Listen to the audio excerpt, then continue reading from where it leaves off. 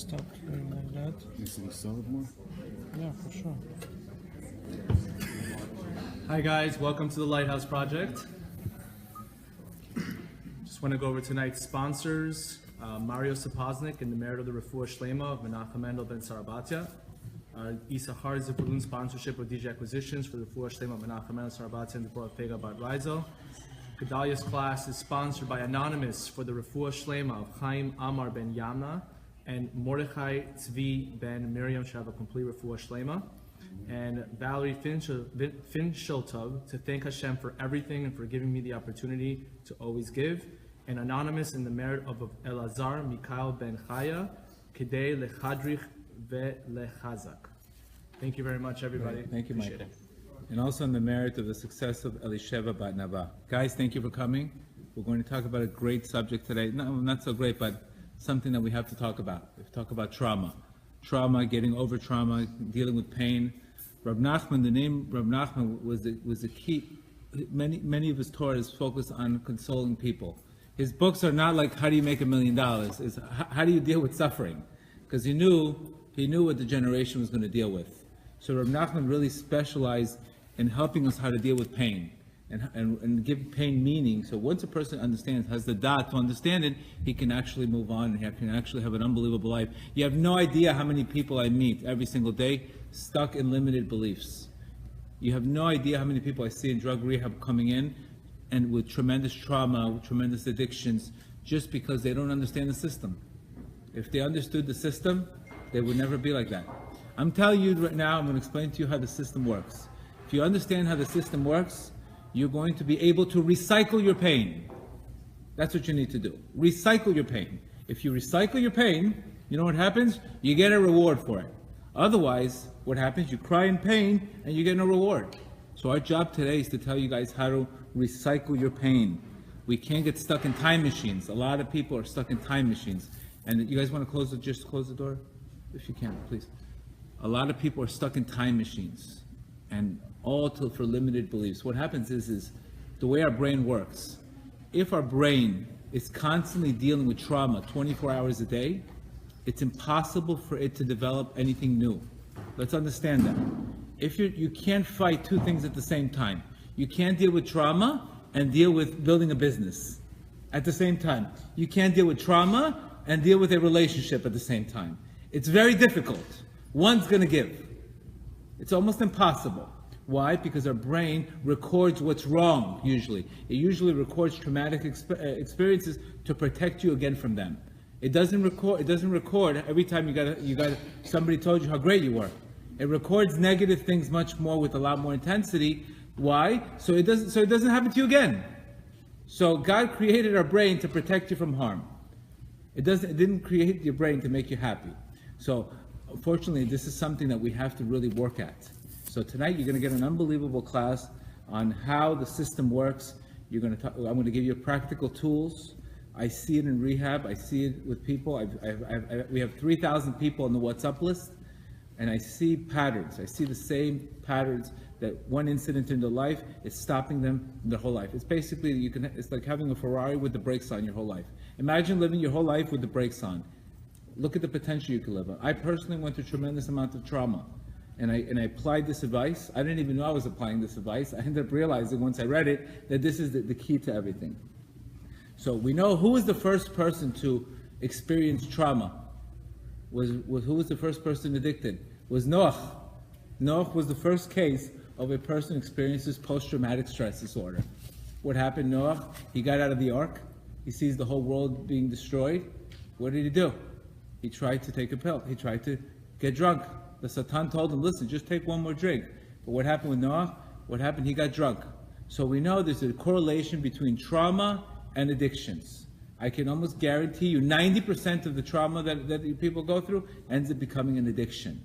So unfortunately, then you're dealing with trauma, then you're dealing with an addiction, then you're dealing with blaming yourself.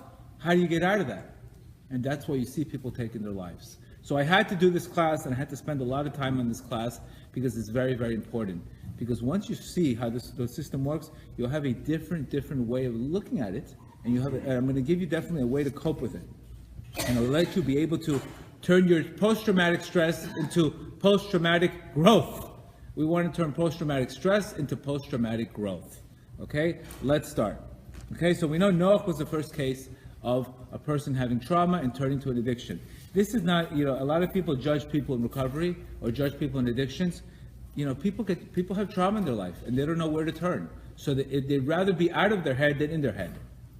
In their head, it's much more painful, so they'd rather be out of their head. So you can't always blame people. Listen, this guy's an addict. You have no idea what people go through. We're not here to judge. We are not here to judge. We all had some kind of addiction in our life, whether you want to admit it or not. Everybody says, Gedale, you're too out of the box. I said, yeah, I'm out of the box because the inbox thing is not working. Look at the amount of people depressed. Look at the amount of people in synagogues being depressed. It's not working, the inbox thing. So I said, I'm going to take it as a compliment that I'm out of the box. And I will continue to be out of the box for my whole life.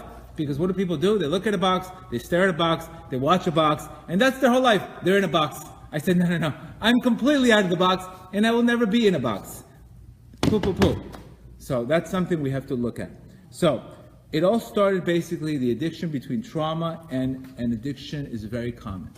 Because a person, obviously, they want to numb the pain. They don't know how to deal with the pain. It's something that people start blaming themselves for it. These are some of these limited beliefs, unfortunately, that people have. They start blaming themselves. It happened to me. I went through a divorce. I went through my son having cancer. I went through my business turning. I went through trauma, a trifecta of trauma, all at one time. And that experience actually made me into who I am today. So at the end of trauma, comes a big reward. So let's understand that a lot of times our trauma is going to lead to addiction. What happens is the problem with trauma is if we don't deal with it properly, it shortens your cycles in your brain. For example, your amygdala is your back of your brain. That amygdala, according to what kind of stress you're under, according to what kind of threat, anything that's remotely relative to threat, all of a sudden it goes off. So it's actually looking for a threat. I would say your amygdala is comparable to, for example, a very sensitive car alarm. These car alarms are very, very sensitive. Even if you whisper, danger, danger, danger, danger. So what happens? From your back of your brain, all that cortisol goes to the front of your brain, and imagine trying to go on a car 150 miles per hour and stopping short. What do you think your brain's going to do? It can't handle it. It crashes. So the back of the brain affects the front of the brain, which is your prefrontal cortex, and that's where you're making decisions. So what happens is trauma causes what? Unfortunately, our ability to think properly and make logical decisions, you can't make them because you're dealing with so much amount of cortisol, and it shortens the ability for a person to have new brain cells, a new neural pathway. That's why EMDR therapy is good. That's why neurofeedback is good, because what are we doing? We're rebuilding new brain cells. I'm just giving you the science first before I get into the spiritual, okay? And then it also affects your hippocampus, which is responsible for memory. What happens is your memory, you don't know the difference between something that just happened yesterday or something that happened today. So all of a sudden, somebody could be in a traumatic experience, a guy can sit a certain way, and all of a sudden this person will freeze. They will freeze because they'll remember, they don't know that happened 20 years ago. But they interpret it as a threat now. So, if your amygdala is constantly viewing everything as a threat, what happens? It burns out, and you completely burn out. So that's why, if this is not dealt with properly, if we don't deal with the threats, unfortunately, we don't have the brain to get out of the problem. Does everybody understand that? So the effects on your brain, you have to actually go to some kind of therapy. It's not enough just to listen to it. You have to go to some kind of therapy because there are neural pathways in your brain that got affected, and you have to rebuild them. How do you rebuild them? A new habit. But it causes damage. It causes long-term damage to a person's brain. Okay? So let's talk about how the world was created. This is very, very important to understand this. Okay? I'm going to explain to you now how the world was created. You are a miniature world. Okay? You are a miniature world. Everybody goes through a certain cycle in their life, no matter who they are. It all starts with God created the world with tons of light. What happens if God did not contract himself to a situation? What happens? Then there would be just too much light, and there wouldn't be any kind of Any kind of creation. So what did God do? He contracted himself in the beginning of creation. He created a tzimtzum. A tzimtzum is a contraction of light. So basically, God removed himself from the picture. Understand? God removed himself from the picture. So it looks to us that sometimes you see, when a person is going through trauma, a person is going through, God forbid, an abuse, where's God in the picture? How could this happen to me? So what happens is God removes himself from the picture in order to create reality. The reason why this has to happen is because in order for a person gets tested today based on his free will. If everything was easy, it'd be like walking in the day with a lamp on. What's the point of that? If you know the answers, if you know what to do, you get reward in life on your free will. When it's very difficult for you to make a decision and you make the right decision. So after this contraction of light, what happened? Let me explain to you this concept called, there was a shattering of the vessels. You need to understand this concept. This is trauma 101. This is the spiritual backbone of trauma. What is the shattering of the vessels? What is the shattering of the vessels? Basically, you guys ever heard of the Big Bang Theory? In spiritually, there was a shattering of the vessels. That means everybody has to go through trauma, one way or another, whether it's a divorce, whether, God forbid, it could have been sexual abuse, whether it could have been physical abuse, whatever your package is in your life, you got to get something. There's no way to escape trauma because part of creation was the shattering of the vessels. What happened is God created the vessels with a built-in flaw. That means they were supposed to break. Just like the first tablets, we know the Moshe Rabbeinu broke the first tablets. What happens? Just like that, the first 10 sfirot had a built-in flaw, so that could be the person's trauma. Everybody has to go through trauma. I don't care who you are. Sometimes it comes to you very early. Sometimes it comes to you very late. Sometimes it comes through a divorce, child abuse, a broken relationship. Whatever it is, you're going to go through trauma. There's not one person that I know that didn't go through some kind of trauma. Shattering of the vessels is part of creation. What happens when people take that experience and they personalize it and they say, I'm not good. I'm not good enough. You have to understand that everybody has to go through this experience. Let's give it a comparison to imagine one day you're sitting home in your living room, you have a beautiful 30-pound chandelier. All of a sudden, you know what happens? It breaks into 150 pieces. Imagine having a chandelier in your life. That's the trauma that we're talking about. 150 pieces, it comes down, it breaks into 150 pieces. And you know what happens? All of a sudden, what happens? You're walking around, everywhere you walk around, it reminds you of the chandelier that broke. That's the shattering of vessels that happens also in your own mind. So our job in life is to pick up these pieces. Now, what happens? If you get stuck in fear, what happens? You don't put that chandelier up. So imagine going through life, walking around with a piece of glass on your foot and say, what happened to my light? So now now you're going to be depressed because all you can think about is you have no light because you were scared. Our fear is what happens. I have friends that they got divorced. It was such a traumatic experience, they'll never get married again. Or I had friends of mine that were married, they got baptized. That's how bad their relationship was. I said, listen, you could have went conservative, you could have went to Chabad. Why'd you get baptized? It was so bad that they went completely against Judaism.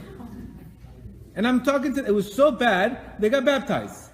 I said, what, you just went crazy? This is the shattering of the vessels. It could be a drug addiction. So what happens is if we don't put up that new light, if we don't go against our tikkun, what happens? We come home, there's no light, there's a bunch of scars on the floor, and you got major trauma. And there's no way around that. The only way, because part of creation is the shattering of the vessels, our job in our whole life is to deal with this addiction, deal with this trauma that we had to. But the difference is, if I put a new 50-pound light up, then what am I going to say if I got a piece of glass on my foot? Listen, if the 30-pound didn't break, I would never be able to put the 50-pound one on. You understand? So that gives you, that means if a person is held back because of fear, because of a traumatic experience, his whole tikkun is to do exactly what he got trauma from. He has to do the complete opposite. If you failed in business, you know what you have to do? You have to open up a business tomorrow. I went through the most traumatic divorce that I could imagine. And you know what I did 30 days later? I got married. Because I said, if I sit there and live in fear, then what am I going to do? And what happens, because your traumatic experience is so bad that anytime the new wife will even say something like the first wife, all of a sudden you're going to get paralyzed. So your job, this is what shattering of the vessels is not like one-time pain. It's something I have to deal with the rest of my life. And I have to realize that this is my tikkun. According to my past life, this is the trauma that I have to deal with. It could have been a parent, could have been sexual abuse. We know sexual abuse, not only does it affect the person, but it affects the new relationship. When they want to have a relationship with a new partner, they can't do it because of the trauma that they had. And his tikkun is to have relationships, to not be afraid and say that has nothing to do. I'm filling my tikkun by going absolutely against. And this is exactly what happens what do you think you're reading every time we sit down for Passover? What do you think that happened to us?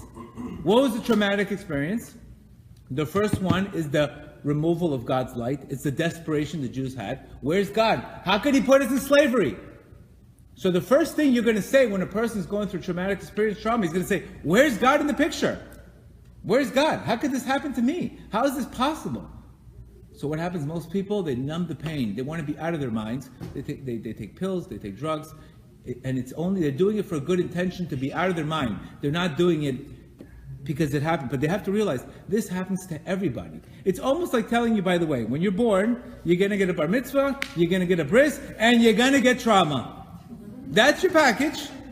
At least tell me I'm going to get trauma, and tell me, when is it coming? Well, it's going to happen to you. You see, my whole point is, don't get caught with your pants down in life. Because if you understand that it's not my fault. Most people in trauma that are dealing with the situation, they say I could have caused it to happen. It was my fault. Or they get into a divorce and they say, I'll never be able to get married. I'm a lousy husband. I'm a lousy wife. I'm not good enough. And then what happens? Now you're dealing with the trauma. You never put the new light on, and then you're blaming yourself. Where is that going to take you? That's a recipe for absolutely despair, disaster, and you're done. You're done. Your job is to completely go against whatever is your tikkun, whatever is your fear. You have to face your fear, and your fear will disappear. That's the only way to deal with trauma, is to absolutely do the exact same thing that your fear is, to go 100% all in on it. To put that new chandelier, because sometimes God wants to give you a 30-pound chandelier, but he has to break the first one that's 20 pounds. This is the story of business. This is the story of this. Get comfortable with trauma.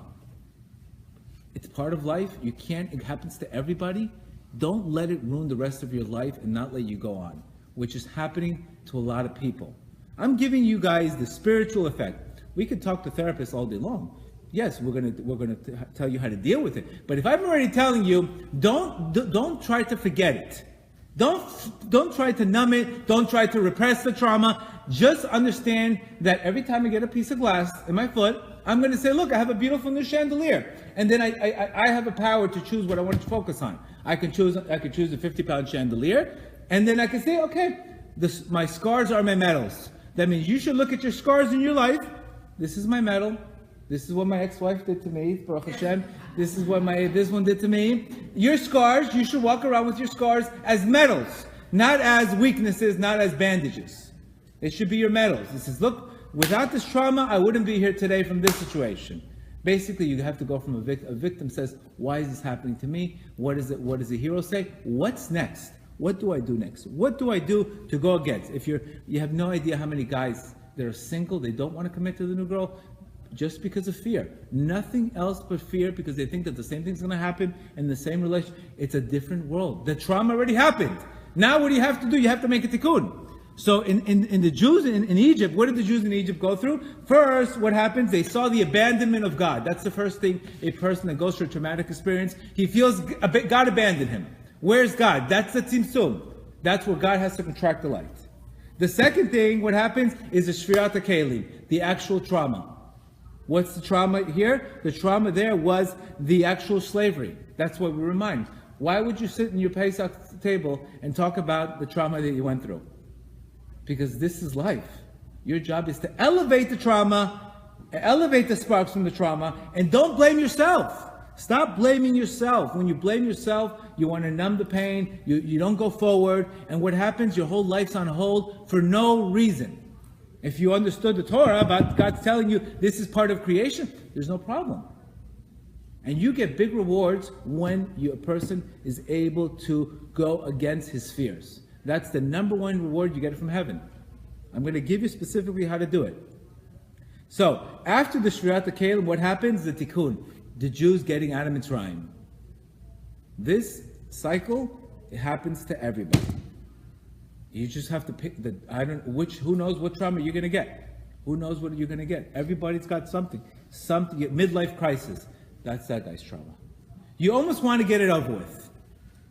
And you don't want to give energy to something you don't like.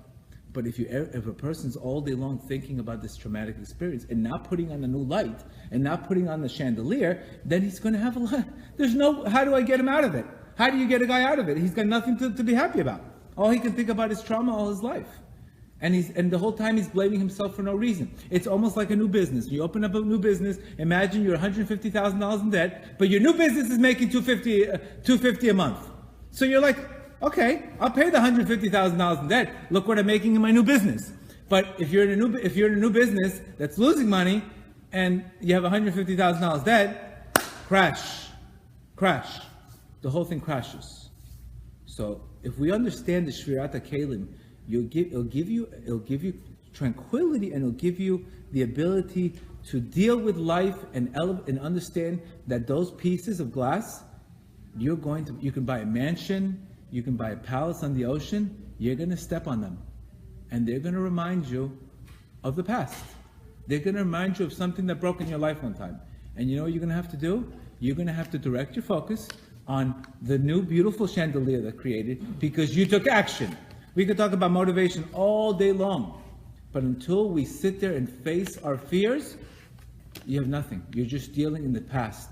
And then you become a time machine.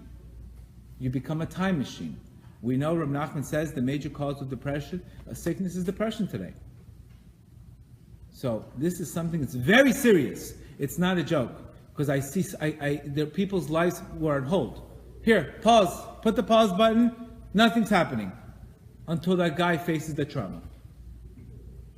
Now, one thing goes wrong with your life, it shouldn't sink the whole boat. That's what we're trying to get everybody. Understanding that this is part of creation. Number one thing, stop blaming yourselves.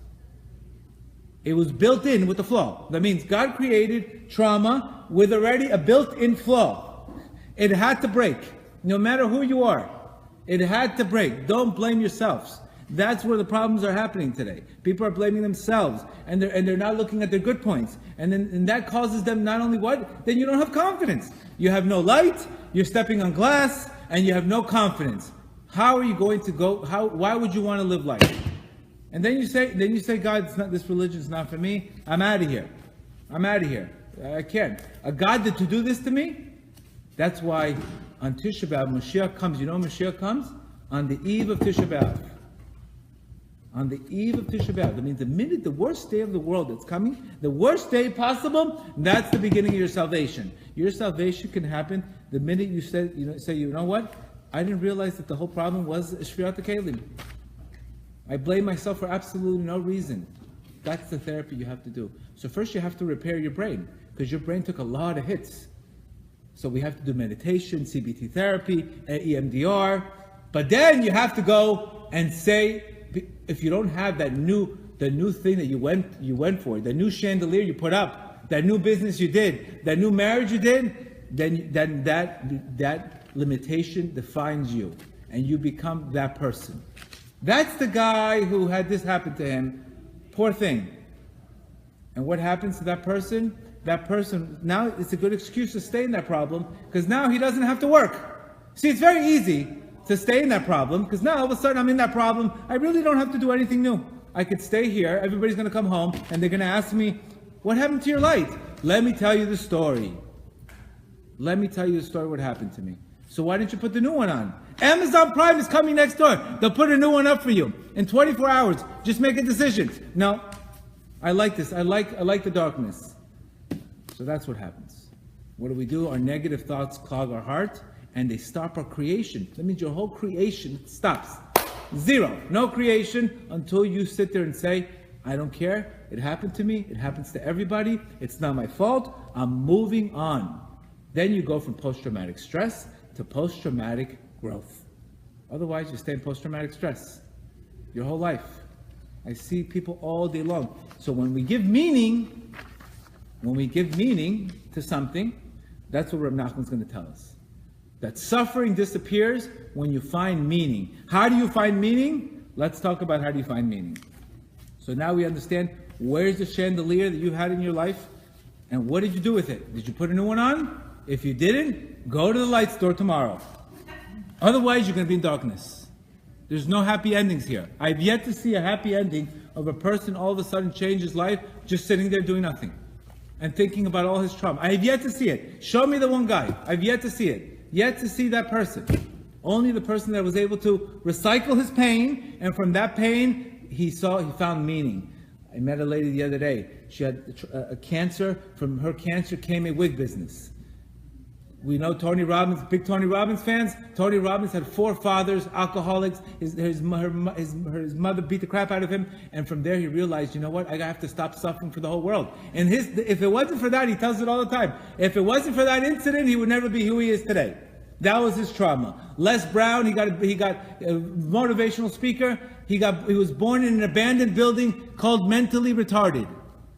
And today he's charging people hundreds of thousands of dollars to give motivational speech. Wayne Dyer was born in an orphanage. He was in an orphanage when he was 3 years old. He had no father, and from there he realized how he liked to help people. So this is the story of creation. This is a story of trauma. The only difference between people who make it and people who don't make it are the people who put that chandelier back on and don't become the victims. They're able to approach life instead of avoid life. We know Rabbi Nachman says in lesson 91 that you have to understand that emunah has to come before intellect. In our religion, in Judaism, why you tell people, listen, if you want to find out the solution to your life, why don't you go to the blueprint of creation?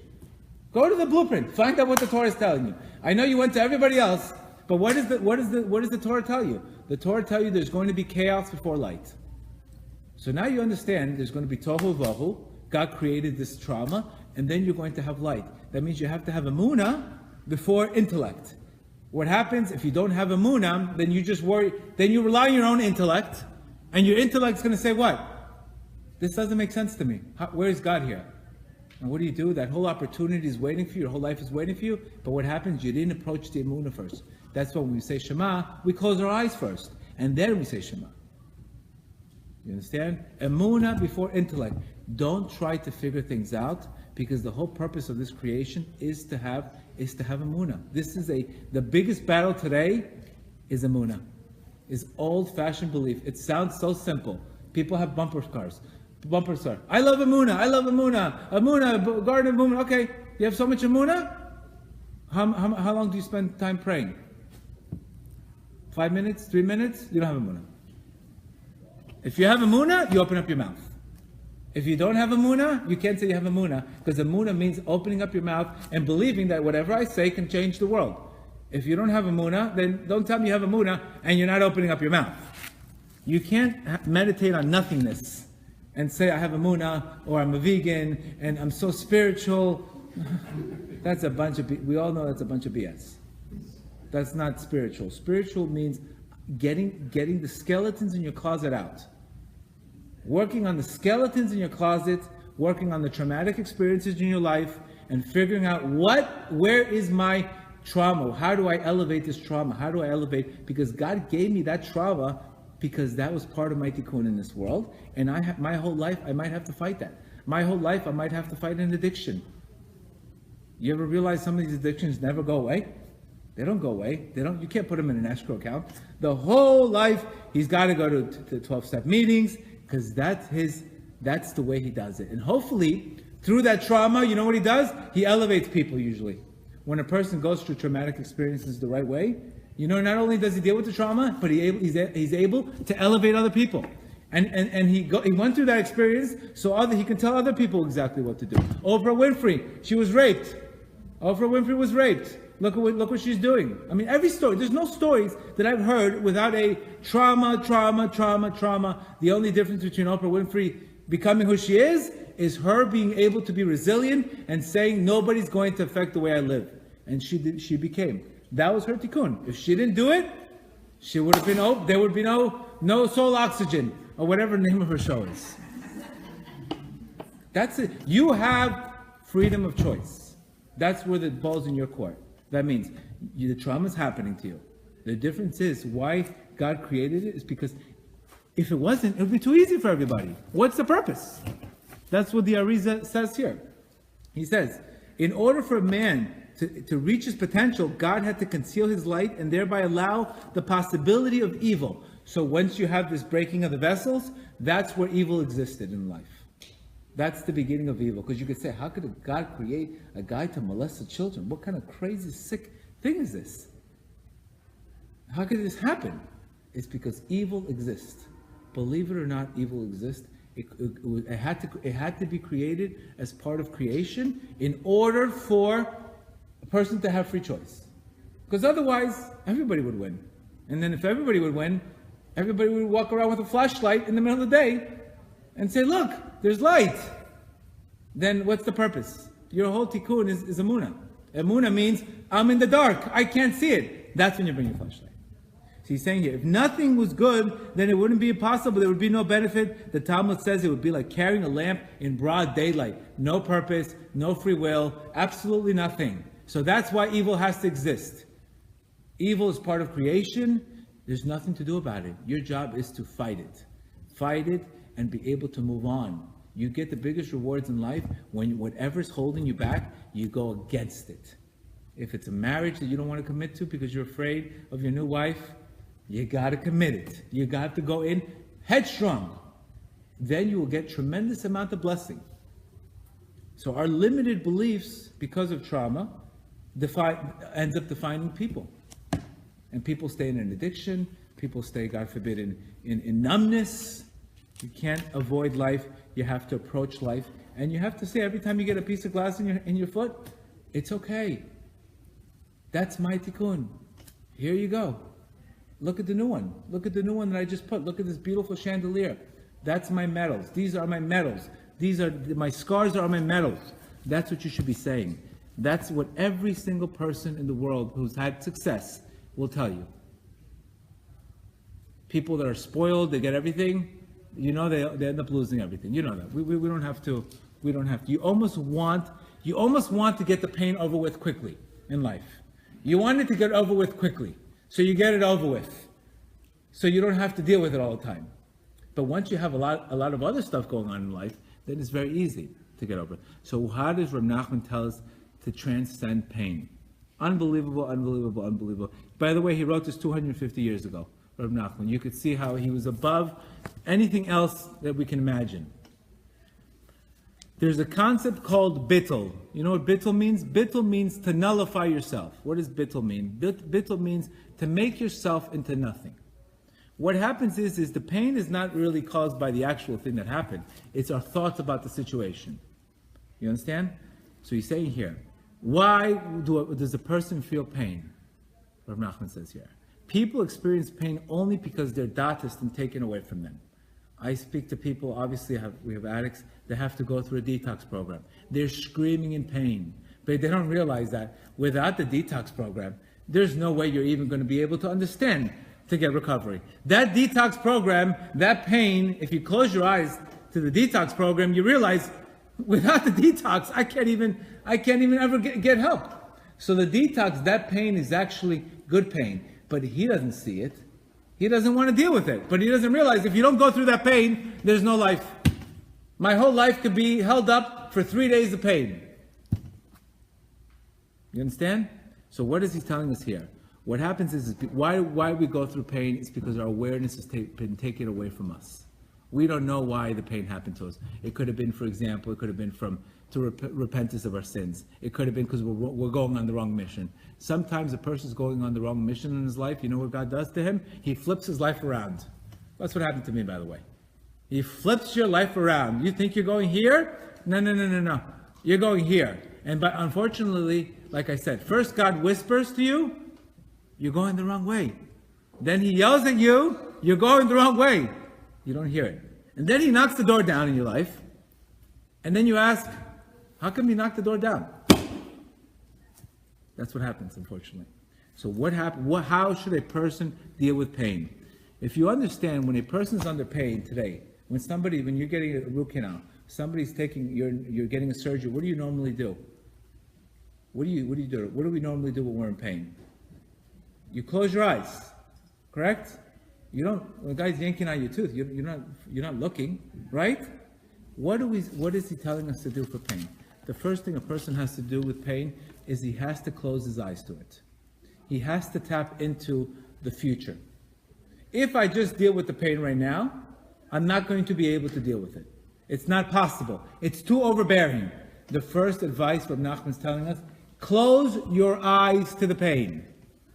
Don't question the pain. Don't talk about the pain. First step is nullify yourself. It's almost like, I'm going to give you this example, so you should remember. It's almost like you have a little seed on the ground and you have a 50-foot tree. In order for that seed to become that 50-foot tree, it has to nullify itself. What does it have to do? What good is the seed if it's not in the ground? When the seed goes into the ground, what happens? The seed rottens and it becomes a tree. That's what we have to do. We're the little seed that until we deal with the pain the right way, we close our eyes to the pain. It's a whole step he's going to tell us. That tree never grows. That means as long as we're stuck on how come this happened to me, then I can't humble myself. If I accept the pain, then what do? I humble myself. I put the seed on the ground. There's the beginning of my new life.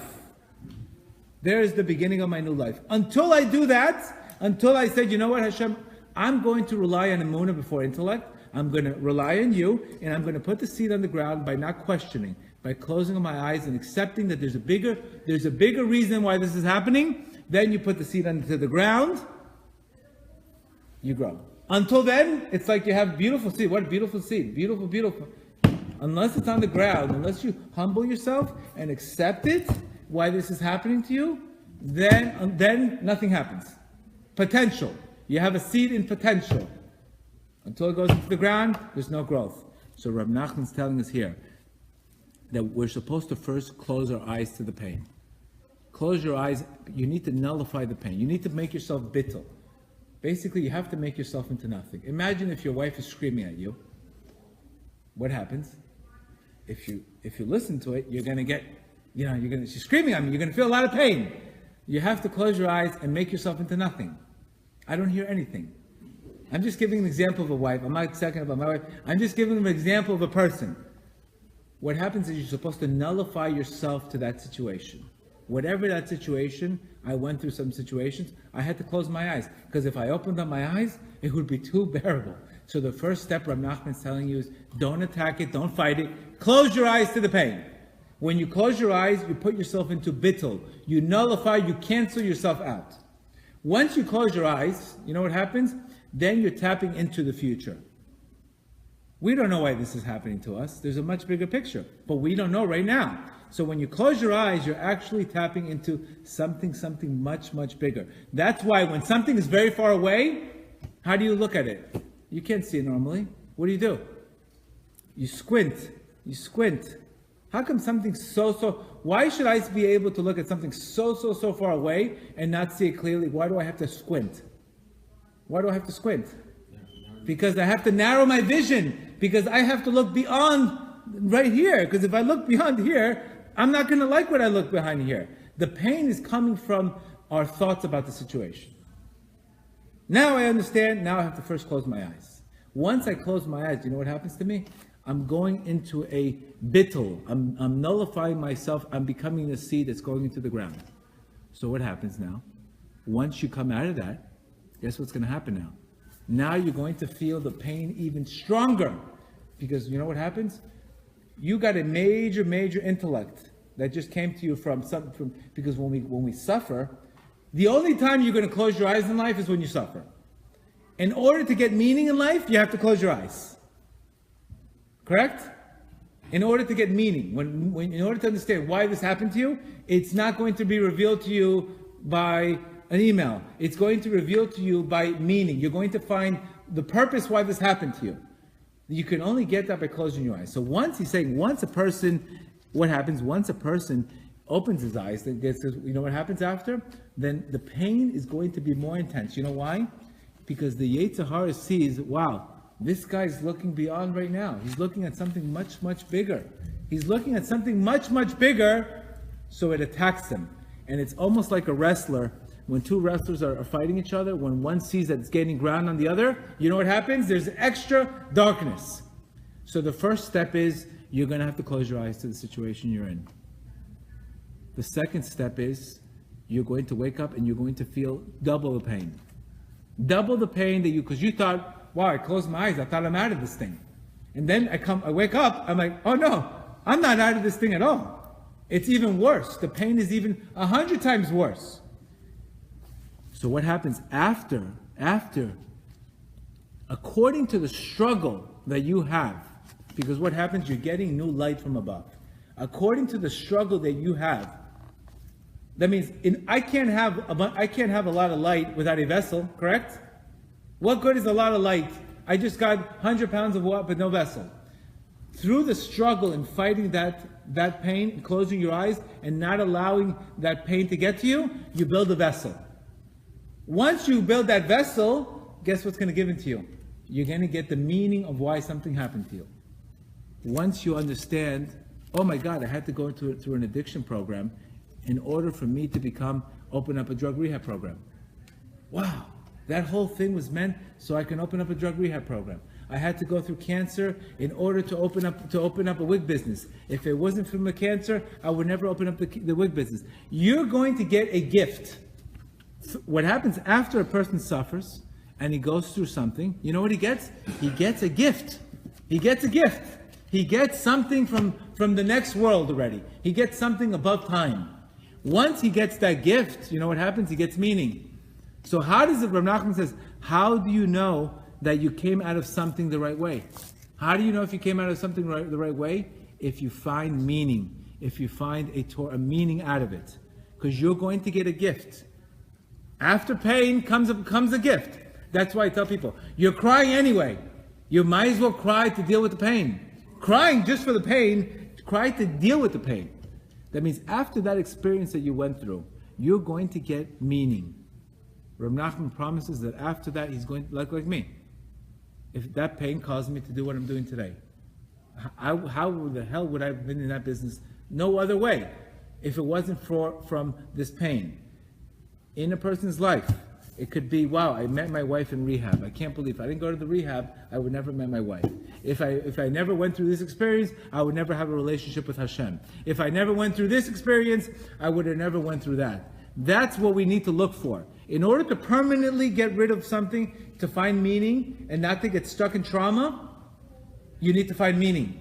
Otherwise, what happens? I get stuck in trauma. I get stuck in post-traumatic stress. These flashes come to me all the time, and then I freak out, and then I will never get out of it. So Rabbi Nachman is telling us we have to actually nullify ourselves. So that's why Rabbi Nachman says, if something's happened to you, what do you need to do? You know what you need to do? You need to look at, there's a bigger goal going on. There's something much, much bigger going on. It could be a divorce. It could be this. Because once you find meaning, you know what you're going to do? You're going to have joy. You're going to have joy. You're going to be happy. And you're going to understand it. And you're going to have clarity. That's why Viktor Frankl came out with logotherapy. And he says, see, why meaning is so important? Because Freud, if you look at regular psychology, Freud rejects God completely. He says God is a made-up thing that man made. That means normal psychology is not involved in meaning. It's not involved in meaning. That means, how am I going to ever get through a problem if I'm just dealing with past problems and trying to, go from a negative thought to a positive thought? It's going to be very difficult. Overall, I'm going to break. But if I'm able to deal with it for the future by finding meaning, which Rabbi Nachman tells you, you're going to find meaning only when you put the seed and you accept and you say, you know what, Hashem, I didn't realize that the whole world has trauma. I thought it was just me. I thought I was the only guy that had it. And I didn't realize, and I blamed myself for 20 years, and I said it's my fault, I'm not enough, and all these crazy things that we say to ourselves because we don't know. We don't know. That's why the Torah is the ultimate. People running away from the Torah. They're running away. You want to hear a class? No, not for me. Let me hear this guy better. But the Torah that's why, you know what happens with the Satan is very good. You know what he does? He closes your eyes.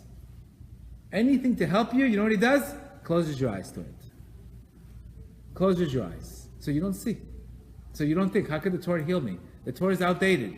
No, this is your perception. So what happens, people live in misery. But once I find meaning, then I'm probably going to be able to have resilience. What's the difference between a person having, see, if you have meaning and you have Hashem with you, then you're like a flame. What's the difference between a candle and a flame? What does a candle do? A candle's weak. That means any little wind, what happens to the candle? Finished. The guy has a weak foundation, he's a little candle. One little incident, finished. He's done. What does a flame do? You give flame fuel, what does the fuel do? It makes the fire even stronger. That's what you have to be. You have to be a flame. And that's the only way you're going to be a flame, is to completely control what you focus on and to not let these little sparks in your life control your life. That's why in the Holocaust, the minute that the Jews, what did the Jews do in the Holocaust? The big tzaddikim, they put the grounds in America. Start building Torah again. We're not going to let our past define us. If it wasn't for the tzaddikim that went against all odds, what did they do? Started building in America without any question. So how could you build Torah? Look what the Holocaust did to everybody. Look what the Gedalim did. If it wasn't for these major the Mir Yeshiva, the sacrifice that they did, because they saw something much bigger. They weren't focused. Remember, what causes the pain is the intellect. The soul knows what it has to do. The intellect, the pain comes from your not having the clarity on why something happened to you. If you look at today, you're going to see it across the board. You have to find clarity. Otherwise, you get stuck in an addiction, you get stuck in negative beliefs, you're dealing with trauma your whole life, and yeah, you can go to a psychologist all day long. I had this incident today. This person was at the park, and then I'm just battling every day. I'm not getting out of it. You need to go against your will, and you need to do exactly the opposite of what your fear is. Then your whole life will change. And yes, you're going to have these pieces of glass in your foot. Don't try to numb them. Deal with them. Deal with the pieces of the glass and look at but look at this. Look at my new beautiful chandelier. Otherwise, we don't move on in life. And even Rabbi Nachman says here, he's saying here that in the actual problem is usually the solution, by the way. Whatever problem that you're in, that's usually the solution. That means if you dig deep, in that same problem is the solution. So now you guys understand that trauma is given to you with your bar mitzvah and your bris. It's coming to you. Get comfortable with it. Whatever it is, we don't even know what it is. We don't know how it's going to come. We don't want to get caught unprepared. We want to understand if I already had to deal with it. Baruch Hashem, I hope I already had one big round. I don't want to deal with another round. But if God forbid something happens, I know how to deal with it. I'll go against my nature, against my Yetzer Hara, by going against. If it's a guy, you know how many guys are waiting on the sideline that they don't want to commit because they don't want to give a ring, only because of fear. They'd rather fool around all their lives as long as they don't have to commit. Because the fear provides, meanwhile they could have had 3 kids. Meanwhile their whole life could have been different. Meanwhile, but what are they doing? I can't do it again. You're weak. So what happens? You stay, you intermarry, whatever you do, and look what the social scene is going on today. A lot of guys are afraid to commit again. That's the biggest weakness you can have in life, is to have something control the rest of your life. All right? Any questions? Good? All right, that's today's class. Thank you.